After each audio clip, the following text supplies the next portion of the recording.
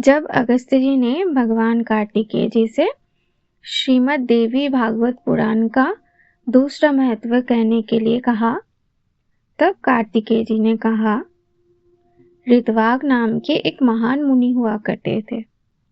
रेवती नक्षत्र के अंतिम भाग गंडांत योग में उनके यहाँ एक पुत्र का जन्म हुआ।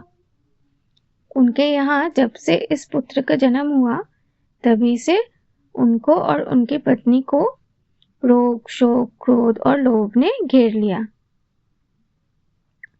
यौवन अवस्था को प्राप्त होने पर उसने एक मुनि पुत्र के पत्नी का बलपूर्वक हरण कर लिया।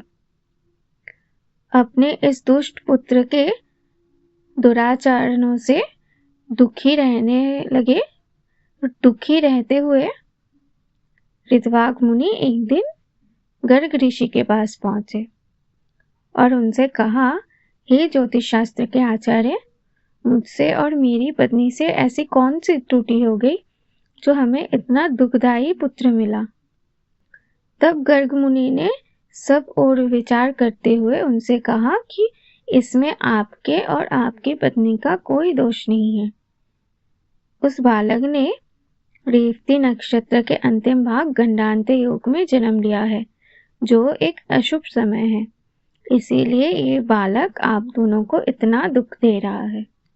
इस दुख को दूर करने के लिए आप समस्त दुर्गतियों का विनाश करने वाली भगवती जगदम्बा दुर्गा की आराधना कीजिए।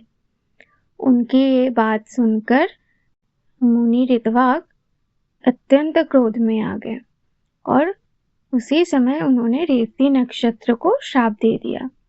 उनके श्राप देते ही चमकता हुआ रेवती नक्षत्र सबके देखते देखते आकाश से कुमुद पर्वत पर जा गिरा।